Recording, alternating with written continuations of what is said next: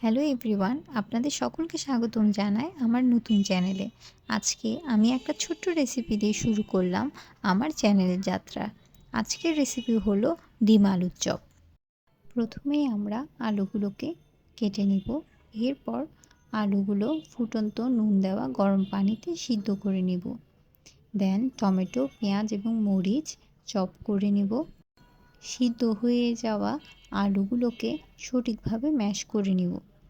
এরপর ম্যাশ আলুগুলোতে একে একে ধনেপাতা, পুদিনা পাতা, টমেটো, কাঁচামরিচ কুচি, লাল মরিচের গুঁড়ো, জিরা গুঁড়ো, ধনে গুঁড়ো, গরম মশলা গুঁড়ো এবং এরপর হালকা একটু সাদা গোলমরিচ গুঁড়ো, আদা রসুন বাটা হাফ চা চামচ, 1 টেবিল স্পুন টমেটো সস এবং হাফ টেবিল স্পুন লেবুর রস।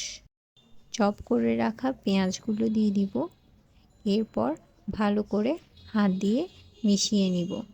ভালো করে মিশিয়ে নেওয়ার পর এই তো রেডি আমাদের আলুর কোটিংটি। এরপর একটি বাটিতে ডিম নিয়ে তাতে গোলমরিচ গুঁড়ো এবং লবণ দিয়ে ভালো করে মিশিয়ে নিব।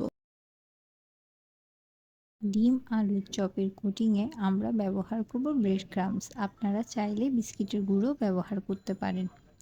আলুর ময়ামে মাঝখানে ডিম পুরে দিয়ে একটি চপের শেপে নিয়ে নিব। এই তো এখানে আমাদের একটি আলুর ডিম চপ রেডি হয়ে গেল। এভাবে করেই একে একে আমরা সবগুলো আলুর ডিম চপ করে নিব।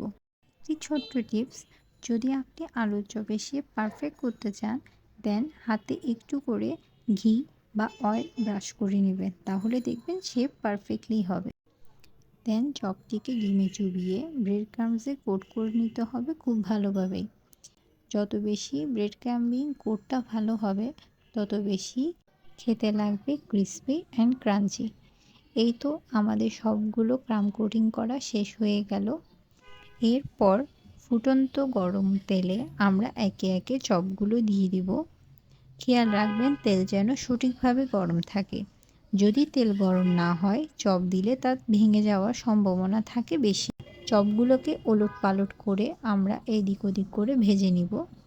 এই তো ভাজা হয়ে গেল আমাদের ডিম চপগুলো তেল থেকে ঝেড়ে নিতে হবে যেন এক্সট্রা অয়েলগুলো না চলে আসে। আমি এখানে যে ধরনের ঝাঁঝরি চামচটি ব্যবহার করছি আপনারা চাইলে ওটা দিয়ে করতে পারেন।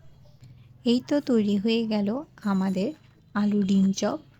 আশা করি আপনাদের আজকে আমার এই ছোট্ট রেসিপিটি ভালো লাগবে। যদি ভালো লেগে থাকে তাহলে অবশ্যই লাইক, কমেন্ট এবং শেয়ার করে পাশে থাকবেন। আর অবশ্যই আমার চ্যানেলটিকে সাবস্ক্রাইব করবেন। Thank you.